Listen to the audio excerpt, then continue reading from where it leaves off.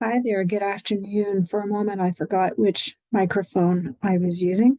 It's Stacey Sanderson, and I'm here celebrating my very own Casual Friday, representing in Canadian plaid flannel, one of my favorite things to wear. It was warm here where I live, and it's become cooler again. I really felt compelled to drop into this space and talk a little bit about therapy, psychotherapy. It's not something I address a lot as I speak to people, but after this week, I felt it important that I do so.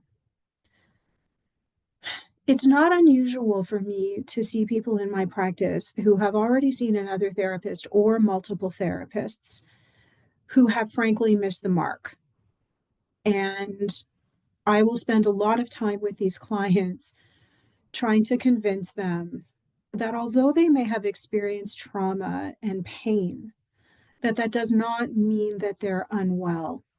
So to be super blunt, if you walk into a therapist's office, or you're seeing them virtually, and you have been on the receiving end of narcissistic abuse, and you present with depression, anxiety, maybe even dissociation, maybe you're speaking a lot about the other person, and more often than not, the narcissist or narcissists in your life have told you you're the unwell one, you're the crazy one, you should go to therapy.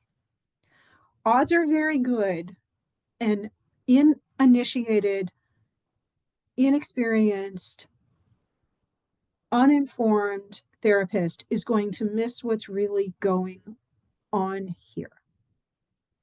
So, and my work in this began when I started noticing patterns in the way that people were presenting in office. So even though working on a publicly funded provincial family health team, I work like a dog. The flip side of that was being completely immersed in working with some of these people. So I want to revisit something I've said pretty much every, not just woman, but every person I've met whose spouse is a narcissist, and or if they have a parent who's narcissistic, they've been led to believe that they're the one who's unwell due to gaslighting, which I don't like that word, due to manipulation. It's not me, it's you. Oh, there, I've upset you. Oh, you're so sensitive. The walking on pins and needles with these people can cause anxiety, right? Not generalized anxiety disorder, but normal human emotional response. So, and of course, it can certainly feel that way for you. I'm not discrediting or dismissing that. But I meet a stunning number of people, and I have talked about this in my book, who believe they're the one who is unwell. And so if you've worked with me, you've heard me say, oh, I think I've got the wrong person in the room. And getting them to come to therapy with you is like pulling teeth. You're not, especially coming to see me.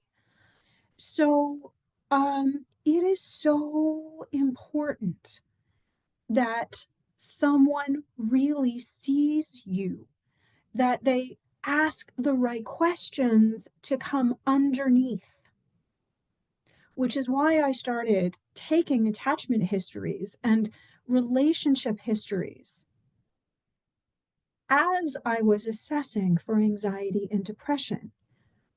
The egoism of narcissism is you just want someone to see you. If you've been in relationship or you're in relationship with someone who's narcissistic, you have not been seen, witnessed, heard. So coming into the therapy space, you just want someone to really see you and hear you. And of course, we're going to do that. And if someone says, oh, my dear, I think you have anxiety or depression, Most of you are going to lap that up, which is fine. Maybe those things need to be treated. But if underlying all of this are maladaptive attachment and relational patterns and the way that you don't really see yourself, nothing is going to change. Nothing is going to change. It would be very easy for me to just align with clients and say, okay, yes, let's treat these things, but they're not going to change. And what I will often see is those early sort of mental health problems will spiral to get worse, or there will be the onset of physical illness, particularly autoimmune illness, as that stress ramps up. We are all vulnerable to anxiety and depression under stress. This does not mean that you are unstable. What it does do is confuse you and take your power away. This is why it is very important to see a therapist who is not just trauma informed, but trauma trained.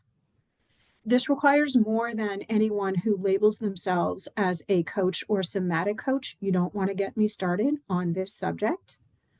This requires someone who has the presence and the depth of knowledge, wisdom, and experience to be able to see the pattern and to have that sense of what's really going on. Most seasoned therapists, particularly if they work from an attachment framework, are going to be able to do this. Cognitive behavioral therapy is a waste of your time. In some cases, EMDR, eye movement desensitization, and reprocessing can be helpful if it's geared toward complex post-traumatic stress, or if you want to call it that, attachment-based trauma, which is what I've spent a couple of years now doing, is fine-tuning EMDR protocols to specifically focus on, just to be really blunt, I was going to say something inappropriate, the ways that you've been effed with, right? The ways that someone has tried to make you doubt your reality is a very profound form of complex trauma. I have no idea what's going on with my camera today. My camera has not been working right today. It's a weird tech gremlin kind of day for me. That all being said, if you're embarking on this journey to seek therapy, counseling, or coaching, all you really have to do is ask what their training is. Get a sense of if they have this awareness and if they're asking the correct questions. This is why I refer to the work I do as being very holistic. I am looking at not just you, but the environment around you. That's a very good old social work strategy, right? I am looking at what experiences have you had? What burdens have you carried? How are you susceptible to other people's negative energy? What kind of boundary strength do you have? What's going on with your physical body? Is there something that needs to be taken care of there? A vast number of people I work with are highly empathic, and pretty much every empath I've ever met has some form of anemia, for example, as their trace source minerals are drained by being in the energy of other people. The other thing that's key to look at is what's happening in your energetic and spiritual life. And I am putting those both together. But are you being appropriately fed and resourced in your spiritual life, right? You want to have all of these things as healthy as possible and aligned in order to heal and really step into your personal power. My last piece about this is perhaps something I will jump off of to do another talk, but many people I know who are naturally intuitive and naturally empathic also suffer with anxiety, and at times they can be vulnerable to depression. If you are picking up on other people's negative energy, negative thoughts, negative emotions, if you get sucked into particular dramas, this is 100% going to leave you vulnerable to what looks like anxiety. That word drives me nuts, but believe it or not, it's what I focused my master's thesis on, was generalized anxiety and the anxiety disorders. And I think deep down, I was a little bit curious about this. But I do teach people how to discern with compassionate self inquiry, how to differentiate between when you are picking up on free floating anxiety, other people's negative energy, or when you're sensing that something is really wrong from an intuitive place and that is being miscued as anxiety. So it's kind of like harnessing your anxiety, right?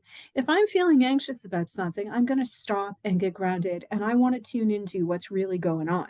Is it mine? Is it someone else's? Is this about something else I've heard earlier that day?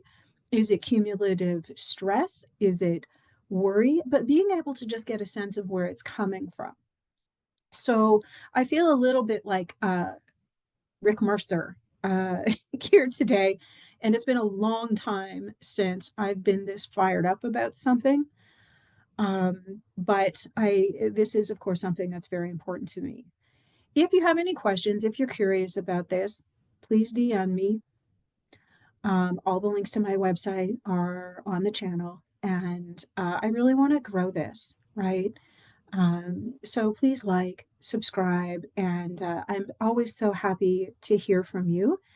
And I really want to hear from you if you're a therapist or a coach, or you work in the healing space in any way as well, because it is my intention to offer up some consultation and training around this. So if you're watching this today as I am speaking, I wish you a happy Friday and a really good weekend, and I look forward to connecting with you again.